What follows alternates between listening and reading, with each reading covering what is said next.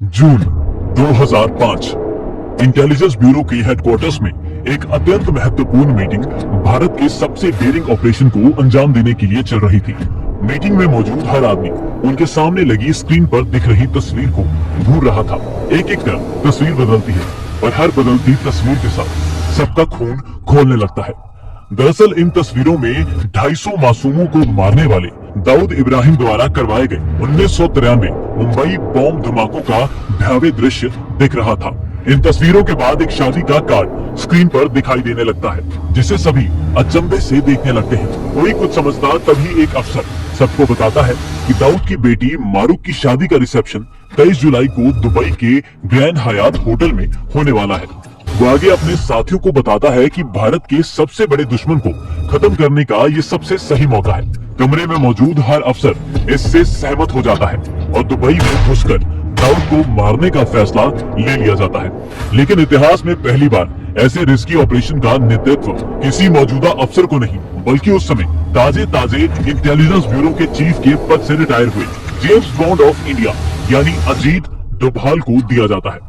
Meeting खत्म होते ही उस समय के आईबी चीफ नरसिम्हन डोभाल को फोन कर बताते हैं कि आईबी दाऊद को मारने का ऑपरेशन करना चाहती है और आप 1993 से दाऊद को ट्रैक कर रहे हैं, इसलिए इस काम के लिए आपसे बेहतर कोई हो ही नहीं सकता। बस ये ऑपरेशन ऑफ द बुक रखना पड़ेगा। इतना सुन डोभाल सब समझ जाते हैं और इसी पल से भारत के सबसे बड़े दुश्मन को अपने बलबूते पे मौत के घाट उतारने की जिम्मेदारी ले लेते हैं। ऑपरेशन की जिम्मेदारी लेते ही डोभाल अपनी जासूसी की दुनिया के तजुर्बे का इस्तेमाल कर विकल्प खोजने लगते हैं। कई देर सोच विचार के बाद डोभाल एक फोन मिलाते हैं और दाऊद की सारी बात सुनने के बाद ये आदमी नेपाल फोन लगाता है। इस फोन के तुरंत बाद नेपाल के एक पहाड़ी गांव में हलचल मचने लगती है। दो आदमी बड़ी हफरा तफरी में इस गांव से निकलते हैं और टैक्सी पकड़ कलकत्ता के लिए निकल जाते हैं। कलकत्ता से ये दोनों दिल्ली के लिए रवाना हो जाते हैं। दिल्ली पहुंचते ही ये और किसी से नहीं बल्कि अजीत डोभाल से मिलने जाते हैं।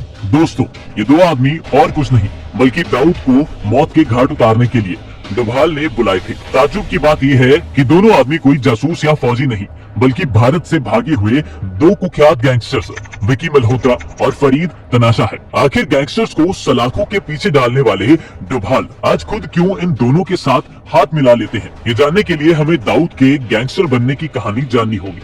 साथ ही वो अनोखा किस्सा भी जानना होगा जो आगे चल के उसकी मौत और डोभाल का गैंगस्टरों से हाथ मिलाने का कारण बनेगा। 1955 में महाराष्ट्र के कोंकण इलाके में दाऊद इब्राहिम कसकर का जन्म होता है। दाऊद बचपन में ही स्कूल छोड़ छोटी मोटी चोरी चकारी करने लगा था। 1970 तक उसका क्राइम की दुनिया में इतना इंटरेस्ट बढ़ गया था कि वो बाशु दादा नाम के बंदे की गैंग से जुड़ जाता है। कुछ साल अंडरवर्ल्ड की दुनिया को समझने के बाद 1970 के अंत तक दाऊद अपने भाई शाबिर इब्राहिम कसकर के साथ मिलकर डी कंपनी नाम की गैंग बना लेता है। डी कंपनी अपने शुरुआती दिनों से ही बड़े बड़े कलाकारों से वसूली, गुजरात के जरिए मुंबई से गोल्ड स्मगलिंग और पाकिस्तान से हेरोइन का नशा मुंबई की गलियों तक पहुंचाने लगी थी। डी कंपनी देखते ही देखते अंडरवर्ल्ड की दुनिया में अपनी मजबूत पकड़ बना लेती है और ये बात उस समय मुंबई के खतरनाक डॉन करीम लाला को हरगिज हजम नहीं हुई। करीम लाला जो पठान गैंग का हेड था, वो कैसे भी कर डी कंपनी को रास्ते से साफ करना चाहता था। इसी के चलते 1981 में पठान गैंग के आदमी दाऊद के भाई शाबिर की हत्या कर देते हैं। इसके बाद मुंबई अंडरवर्ल्ड एक अलग ही रूप ले लेता है। दाऊद अब कैसे भी कर पठान गैंग का खात्मा करना चाहता था और पठान गैंग दाऊद को मार गिराना चाहती थी। एक तरफ ये चल रहा था, दूसरी तरफ एक राजेंद्र निकलजे नाम का नौजवान डी कंपनी का हिस्सा बनता है। फिर आता है साल 1986 जो सब बदल के रख देता है। दाऊद पठान गैंग के समद खान को मार गिराता है, जिस कारण मुंबई पुलिस हाथ धो के उसके पीछे पड़ जाती है। इसी कारण दाऊद भारत छोड़ दुबई भाग जाता है। उसके पीछे से भारत में राजेंद्र दाऊद के सारे काले कारनामों को संभालने लगता है और अपनी ईमानदारी के चलते दाऊद का राइट हैंड बन जाता है। इस समय तक राजेंद्र को अंडरवर्ल्ड की दुनिया में छोटा राजन कहा जाने लगा था। छोटा राजन ने डी कंपनी को अलग ही ऊंचाइयों पे पहुंचा दिया, लेकिन डी कंपनी में एक शकील नाम का गैंगस्टर भी दाऊद का करीबी बनता जा रहा था। शकील और छोटा राजन के बीच मानो एक रेस चल रही थी कि कौन दाऊद का सबसे करीबी बन पाएगा। इनकी एक खींचतान एक गहरी दुश्मनी का रूप ले लेती है और 1990 की शुरुआत में शकील छोटा राजन पे जानलेवा हमला करवा देता है, लेकिन तब भी दाऊद शकील को अपना करीबी बना के रखता है। इसी कारण दाऊद और छोटा राजन के बीच दूरियां बढ़ने लगती हैं। फाइनली साल 1993 में दाऊद पाकिस्तान के साथ मिलकर मुंबई में बॉम्ब धमाके करवाता है। इसके बाद तो छोटा राजन दाऊद को एक गद्दार और आतंकवादी घोषित करके खुद को उससे अलग कर लेता है। साथ ही वो ऐलान करता है कि वो धमाकों में मारे गए लोगों का बदला दाऊद को मारकर जरूर लेगा। इस पल से अंडरवर्ल्ड की सबसे खतरनाक दुश्मनी शुरू हो जाती है। साल 2000 में दाऊद के आदमी छोटा राजन पर बैंकॉक में बहुत खतरनाक हमला करते हैं।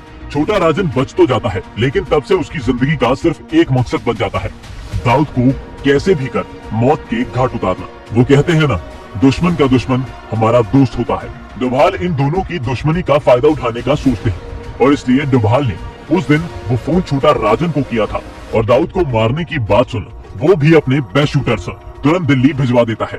छोटा राजन के शूटर्स का उपयोग करने से डोभाल दोहरी चाल खेलते हैं। एक तो इन दोनों शूटर्स को सूडान के पासपोर्ट पर दुबई भेजा जाएगा, जिससे भारत सरकार पर कोई भी शक की सुई नहीं घूमेगी। दूसरा, गैंगस्टर्स द्वारा दाऊद को मारना सिर्फ दो गैंग्स की दुश्मनी लगेगी। 1 जुलाई 2005 दिल्ली पहुंचते ही डोभाल इन दोनों को एक सीक्रेट लोकेशन पे ले जाते हैं। यहाँ इन्हें बताया जाता है कि 23 जुलाई को दाऊद की बेटी का दुबई के ग्रैंड हयात होटल में रिसेप्शन है।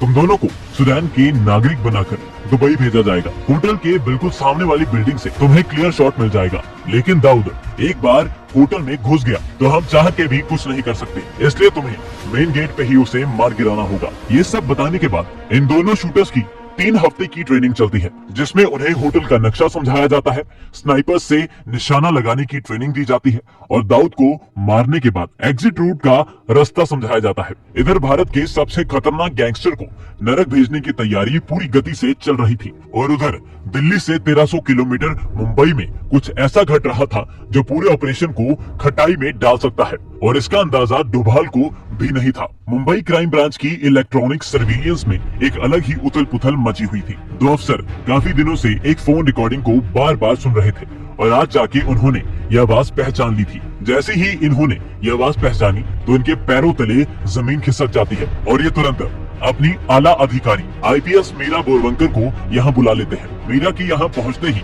एक अफसर बताता है, मैडम इस रिकॉर्डिंग में जो 3 लोग बात कर रहे हैं उसमें से 2 तो वांटेड गैंगस्टर विकी मल्होत्रा और फरीद तनाशा है। तीसरी आदमी की आवाज हमारे किसी भी डाटाबेस से मैच नहीं कर रही है।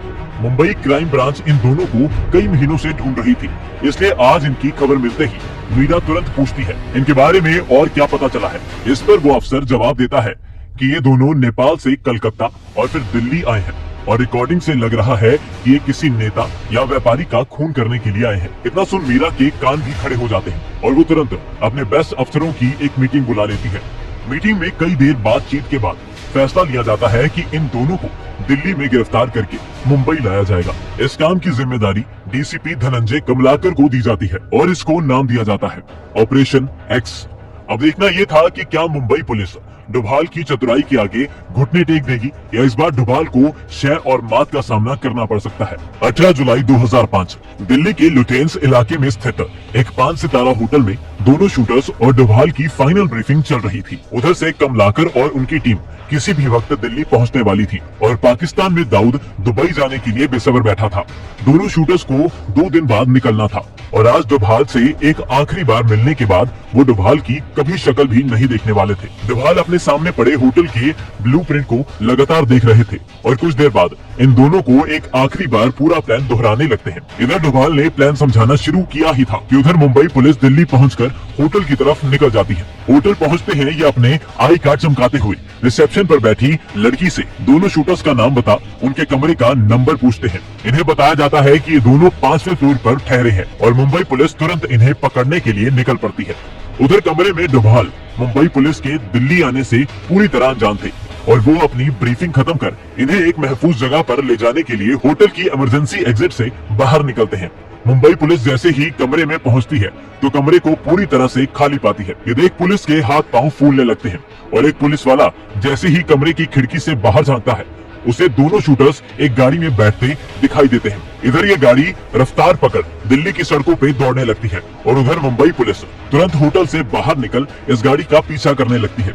कुछ देर पीछा करने के बाद पुलिस वाले एक सुनसान सड़क पे इस गाड़ी के आगे अपनी गाड़ी अड़ा देते हैं। डोभाल वाली गाड़ी को अचानक ब्रेक मारनी पड़ती है और कोई कुछ समझता उससे पहले ही मुंबई पुलिस के अफसर अपनी गाड़ी से उतर डोभाल की गाड़ी को घेर लेते हैं। डोभाल तुरंत समझ जाते हैं कि कुछ तो गड़बड़ है और वो दोनों शूटर्स को गाड़ी में बैठे रहने का इशारा कर गाड़ी से उतरते हैं। दरअसल डोभाल उन दिनों आज की तरह फेमस नहीं थे, क्योंकि वो ताजा जासूसी की दुनिया से बाहर निकले थे। इसी कारण मुंबई पुलिस उन्हें देखते ही बड़े गुस्से में सवाल जवाब करने की कोशिश करती है। डोभाल बिना अपनी जगह से हिले अपना चश्मा ठीक करते हुए उन्हें बताते हैं कि मैं रिटायर्ड आईबी चीफ हूँ। इतना सुनते ही मुंबई पुलिस थोड़ा शांत हो जाती है और डोभाल को बताती है कि गाड़ी में बैठे दोनों आदमी गैंगस्टर्स हैं, इसलिए हम उन्हें गिरफ्तार करने आए हैं। इस पर डोभाल उन्हें बताते हैं कि ये एक सीक्रेट मिशन का पार्ट है, आप मेरी अपने सीनियर अफसर से बात करवाओ। इसके बाद डोभाल की मीरा से बात करवाई जाती है और डोभाल उन्हें सारी बात बताते हैं। पहले तो मीरा ये बात मानने को तैयार नहीं थी कि इतना सीनियर आईपीएस गैंगस्टर के साथ क्या कर रहा है, ये पक्का झूठ बोल रहा है। इसलिए वो डोभाल से उनके मुंबई पुलिस के बैचमेट्स का नाम पूछती है, जो डोभाल तुरंत बता देते हैं। मीरा को अब भी विश्वास नहीं होता, इसलिए वो आईबी की मुंबई ब्रांच में एक ऑपरेशन के बारे में पूछती है। ये ऑपरेशन इतना गुप्त था कि उन्हें भी इसकी कोई खबर नहीं थी, इसलिए वो मीरा को ऐसे किसी ऑपरेशन के होने की बात को मना कर देते हैं। इतना सुन मीरा तुरंत अपने अफसरों को दोनों गैंगस्टर्स को अरेस्ट करने का आदेश दे देती है। अपने ही देश की पुलिस के हाथों अपना ये ऑपरेशन ऐसे खराब होता देख डोभाल भी अपना आपा खोने लगते हैं और वो तुरंत दिल्ली पुलिस कंट्रोल रूम में फोन मिला मदद बुला लेते हैं। डोभाल की एक फोन पे तुरंत दिल्ली पुलिस की कई गाड़ियां मौके पे पहुंच जाती हैं, लेकिन इस समय तक यह मुद्दा बवाल बन चुका था, इसलिए मीडिया भी तुरंत ही पहुंच जाती है। फटाफट खबर लीक हो जाती है कि डोभाल छोटा राजन के गुंडों के साथ काम कर रहे हैं। मजबूरन डोभाल को मुंबई पुलिस को ये गैंगस्टर्स सौंपने पड़ते हैं। हालांकि बाद में जब डोभाल से इससे रिलेटेड सवाल पूछा जाता है तो वो भारत सरकार की बदनामी ना हो, इसलिए वो साफ कहते हैं कि मैं तो उस वक्त घर में टीवी देख रहा था। डोभाल और भारत सरकार तो बदनाम होने से बच जाती है, लेकिन मुंबई पुलिस की लापरवाही के कारण हम दाऊद को मारने से चूक जाते हैं। 2015 में बीजेपी लीडर आर.के. सिंह ने इंडिया टुडे को एक इंटरव्यू में बताया कि बहुत सालों तक मुंबई पुलिस के अफसर दाऊद के पैरोल पे काम करते रहे हैं। दोस्तों, आज तक ऐसा कहा जाता है कि डोभाल के इस प्लान को नाकामयाब बनाने में मुंबई पुलिस में छुपे दाऊद के गुर्गों का हाथ था। आप कमेंट में बताइए आपको क्या लगता है। बाकी दोस्तों, अगर आपको ये जानना है कि कैसे दाऊद ने पाकिस्तान के साथ मिलकर 1993 बॉम्ब धमाकों को अंजाम दिया था, वीडियो पसंद आई तो चैनल को सब्सक्राइब और वीडियो को लाइक भी जरूर कीजिएगा। जय हिंद।